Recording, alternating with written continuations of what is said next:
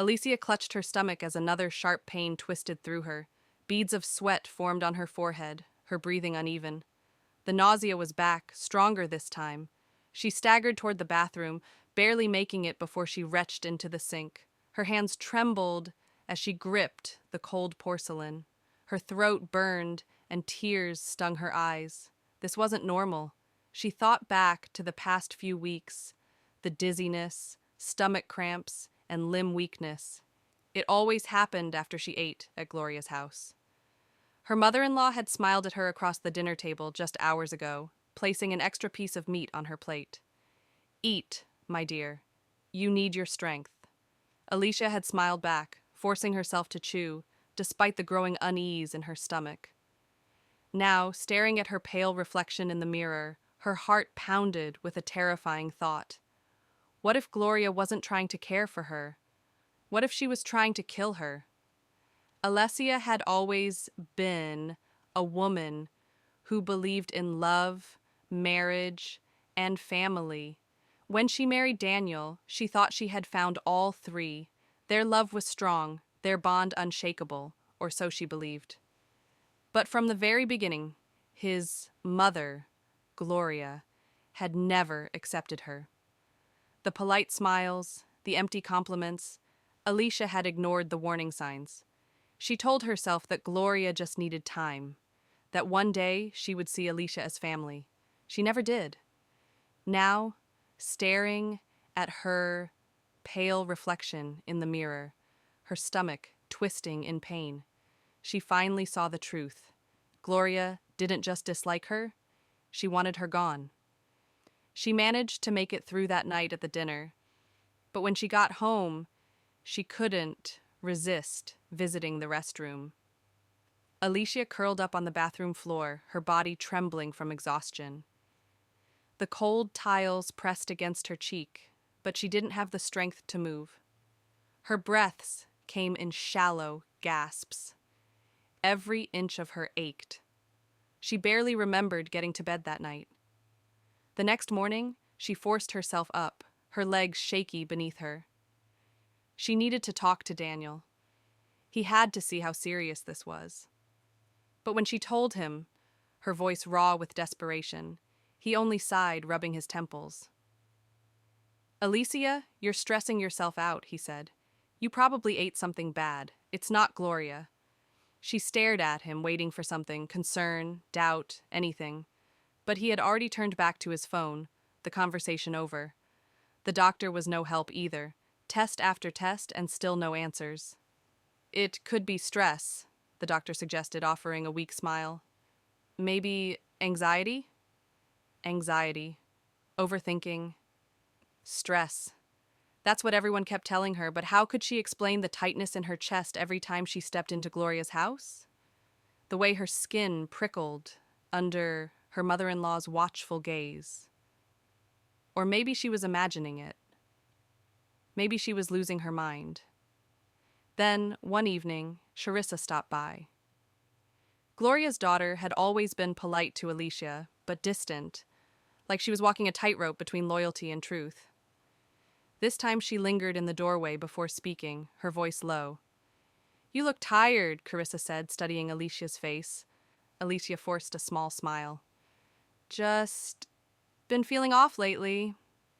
Carissa hesitated. Then, barely above a whisper, she said, "My mother likes control." Alicia's heart pounded. Carissa didn't say anything else. She just gave Alicia a long, knowing look before leaving. Carissa claimed she came to look for her brother, Daniel, who is usually not home at that time of the day before leaving. That night, Alicia lay in bed, staring at the ceiling, her mind spinning. She wasn't imagining it. She wasn't overthinking. Something was very, very wrong. Alicia stopped eating at Gloria's house. She still sat at the table, still smiled when Gloria filled her plate, but each bite never reached her lips. She pressed food to her mouth, pretended to chew, then slipped it into a napkin when no one was looking. And just like that, the sickness stopped. The realization sent a chill down her spine. It was real. Her hands trembled as she typed late into the night, searching through medical articles, crime reports, anything about poisons.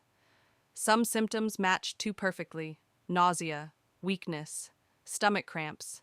Some poisons worked slowly, building up over time. She needed proof. One afternoon, when Gloria wasn't home, Carissa let her in through the back door. "We have 10 minutes," she whispered, glancing nervously at the clock. How she convinced Carissa to let her have a look at the kitchen was something else. Alicia moved fast, scanning the kitchen, pulling open cabinets. Everything looked normal: flour, sugar, spice jars, until she found the unmarked container tucked in the back of the pantry. She twisted the lid open. A bitter metallic smell filled the air. Her stomach turned. Carissa's voice shook. "Are you sure about this?" Alicia met her eyes. "I need to be." She took a sample, sealing it in a plastic bag. That night, she slipped into a private clinic, handing it over to a toxicologist. "Test this," she said, her voice barely above a whisper. "Please." Days passed in a blur. She recorded conversations, small remarks from Gloria, laced with hidden meaning. "You've been looking so frail lately, Alicia," Gloria mused one evening, stirring tea. "Are you sure you're taking care of yourself?" Alicia clenched her jaw, forcing a smile. Then the toxicologist called. "We found traces of something dangerous," he said, his voice careful. "It's subtle, but over time, it could kill." Alicia gripped the phone, her nails digging into her palm. Gloria had been poisoning her, slowly, carefully, with a smile on her face. The fear inside her cracked, something colder slipping through. She had her proof. Now, it was her turn to act. Alicia played along. She still smiled when Gloria offered her food, still reached for her plate, then made excuses. "I had a big lunch. I'm feeling queasy today. Maybe later." Gloria's eyes flickered with something dark.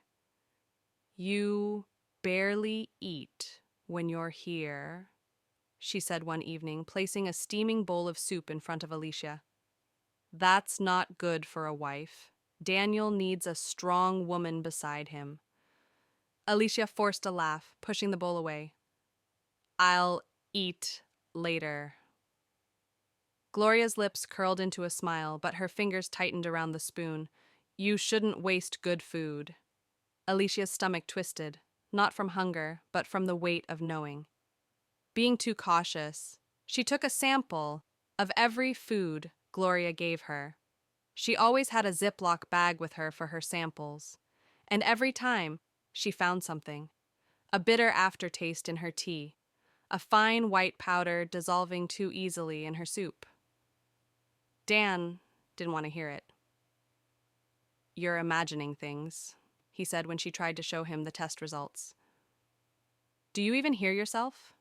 My mother? Poisoning you?" He scoffed, rubbing his temple. "You're obsessed with this idea. It's not healthy, Alicia." Alicia's chest ached. He wouldn't believe her, and Gloria knew it. "Oh, sweetheart," Gloria cooed the next day, brushing a hand over Alicia's forehead. "You seem so tired lately. Have you been getting enough rest?" Alicia flinched under her touch. Gloria's smile didn't waver. "Maybe you should see a doctor, Stress can make the mind play tricks." Alicia clenched her fists. She saw it now, how Gloria was trying to make her look unstable for any time the truth of her actions would be open. Gloria wanted to hold on to her health as an issue. Alicia swallowed back the rage burning in her throat. Fine, let Gloria think she was weak. Let Gloria paint as her someone who is always sick. Because soon, Gloria wouldn't see it coming. She had wanted to confront Gloria, but she deemed it too soon to make a move. A few days later, it was time for the usual weekend visits at Gloria's house. Alicia planned to confront Gloria, or maybe leave her, depending on how the atmosphere felt. Alicia's stomach dropped the moment she walked into the house. Gloria was waiting. She sat calmly at the dining table, fingers tracing the rim of a teacup. Her eyes, cold knowing, met Alicia's. Beside her, Daniel stood with his arms crossed. His face was hard, unreadable. "What's going on?" Alicia asked, her voice careful. Gloria let out a soft sigh, shaking her head. "Oh, my dear," she turned to Dan. "I told you something was wrong. She's been watching me and snooping around my house." She placed a hand over her chest, her voice trembling. "And after everything I've done for her," Daniel's jaw clenched. "Is it true?" He turned to Alicia, eyes dark with disappointment.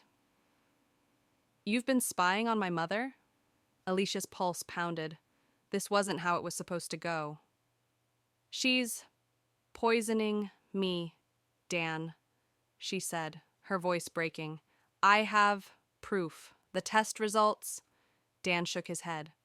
"Number no more of this." His voice was sharp, final. "You're sick, Alicia, but not because of her. It's in your head. You're obsessed with this idea. And now you're—" He exhaled, rubbing his temple. "God, you've been trying to turn me against my own mother." Gloria lowered her gaze, playing the perfect victim. "I never wanted this," she murmured. "I know, Munir. I only wanted us to be a family." Alicia's breath came in quick, shallow gasps. She had lost him. Gloria had won. That night, as Alicia sat alone in the dark, the weight of it all pressed against her chest. She had to leave. Before Gloria did something worse. Before she became Gloria's victim. "Alicia." She turned at the whisper, and it was Carissa who had come home with them that night because of a project. Carissa stood in the doorway, her face pale, her hands shaking. She glanced over her shoulder before stepping inside, closing the door softly behind her. "You're not crazy," she whispered, "and you're not the first." Alicia's breath hitched. "What?" Carissa swallowed hard, her eyes glistening. "She's done this before." The room spun. Alicia's fingers dug into the bed. "Who?" Carissa hesitated, then whispered, "My father." A shiver ran down Alicia's spine. Gloria had done this before. And if Alicia didn't act fast, she might not live long enough to stop her. She had more questions for Carissa, but Carissa wouldn't bulge. Alicia knew it was time to take the next step. Morning came quicker than ever, and Alicia sat at the dining table, her hands wrapped around the teacup. She had looked for Daniel when she woke. Gloria watched her from across the table, a smile tugging at her lips. "Drink up, dear," she said smoothly. "You must be exhausted after everything." Alicia lifted the cup, the faint scent of something bitter curling in the air. Her stomach twisted, not from fear, but from knowing this wasn't the moment. She met Gloria's gaze and took a slow sip. Warmth coated her tongue. She swallowed. Gloria's smile widened. Daniel stood by the doorway, silent, arms crossed. He hadn't spoken much since the last argument, since he had chosen his mother. Alicia placed the cup down gently. "You win," she murmured. "I was wrong to doubt you." Gloria's eyes gleamed with victory. Of course you were." She reached for Alicia's hand, giving it a soft pat. "You just needed to see that I only want what's best." Alicia nodded slowly. "That's why you did it, right?" Gloria blinked. "Did what?" Alicia let out a shaky breath. "Poison me." The room tensed. Daniel let out a scoff. "Alicia." But she didn't look at him. Her eyes stayed on Gloria, watching, waiting. For just a second, the older woman's smile faltered. Then she laughed. "Oh, my dear," Gloria said, shaking her head. "I always knew you had an active imagination." Alicia went into the room and came out with different Ziplocs containing samples of food and drinks she had taken at Gloria's place alongside the test results. Alicia also had recordings of herself coming into Gloria's house, being served, her taking samples, and leaving the house. She did this to avoid a scenario where she would be told she framed Gloria. Gloria's expression hardened. "You thought I wouldn't be ready for this?" Alicia's voice wavered, but her resolve stayed firm. I tested the food. I recorded everything. It's over, Gloria. Dan's brow furrowed. What are you talking about? Before Alicia could answer, Gloria moved fast. Her hand shot forward, grabbing the cup Alicia had sipped from. She threw it to the floor, the porcelain shattering, tea spilling in a dark stain across the tiles. Liar! Gloria hissed, her breath ragged. You think you can ruin me? Dan took a step back, eyes wide. Mom? Gloria turned on him, her face contorted in fury. Don't you see what she's doing? Her voice was sharp, desperate. She's trying to turn you against me, just like your father. She froze. The words had slipped. Dan's face drained of color. Dad? Alicia's heart pounded. For the first time, Alicia saw it. The fear, the realization that she had lost. She turned to Daniel, her voice softer now, pleading. You believe me, don't you? Daniel's jaw tightened. His gaze went to Alicia.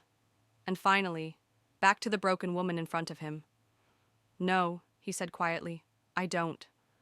Gloria let out a broken sob. Gloria made a mistake by letting her mouth run. Don't you see what they're all trying to do? They're trying to take you from me. I carried you in my womb. I suffered to give you a life even when your pathetic father wasn't man enough to assume his duties. So, don't blame me for wanting you for myself. She doesn't know what's best for you. I do, and I have known you since you were mine, she said. Then, in a blur, she lunged toward Alicia, fingers curling into claws. But this time, Alicia was ready. A firm grip yanked Gloria back. Dan. He held her struggling form from causing any harm to Alicia. Gloria thrashed, screaming, but it was useless. It was over. Daniel asked his mum to leave the house. He promised not to call the police on her if she got help. Alicia stood frozen, watching as the woman who had tormented her walked away. She exhaled a shaky breath. For the first time in months, the air felt lighter. She had survived. And Gloria would never hurt her again. The house was quiet. Too quiet. Few days later, Alicia sat on the edge of the bed, staring at the open suitcase in front of her. Half packed, half forgotten. Gloria was gone. She has been institutionalized. Ever since Daniel asked her to leave, she has been acting crazy. But the victory felt hollow. Daniel hadn't spoken much since that night. He spent hours pacing, eyes vacant, running a hand through his hair, as if trying to pull out the memories. She's my mother, he had said, voice cracking. How could she? Alicia had no answer, because she had asked herself the same thing for weeks. Now she watched as Dan stood by the window, arms crossed, lost in thought. He hadn't looked at her in days, not really. Are you leaving? His voice was barely above a whisper. She swallowed. I don't know. Silence stretched between them. They had won the fight. But they weren't the same people who started it. Alicia ran her fingers over the band of her wedding ring. Once, it had meant security, love, a promise. Now it felt heavy, foreign. A sharp knock at the door made her flinch. Daniel moved first, pulling it open. A young man stood there, holding a small envelope. This came for Mrs. Carter. Alicia hesitated before taking it. The paper felt too light in her hands, but the moment she saw the handwriting, her breath caught. Gloria's. Her fingers shook as she opened the envelope, pulling out a single piece of paper. 4 words. This isn't over yet. Her heart slammed against her ribs. A chill crawled up her spine. Gloria was locked away. She couldn't hurt her anymore. Could she? The walls of the house suddenly felt smaller, the air thinner. Alicia clenched the note in her fist, her gaze hardening. Number. She refused to live in fear. Gloria had already taken too much from her. And she would take nothing more. With slow, deliberate movements, Alicia walked to the fireplace. held the note over the flames, and let it go. She watched the paper curl, blacken, and turn to ash. Then, without another word, she turned to Daniel. "It's over," she said. And this time, she almost believed it. If you loved this twist, just wait. There's more where that came from. Watch the next revenge story now and see karma strike again. Don't forget to like and subscribe to keep the stories coming.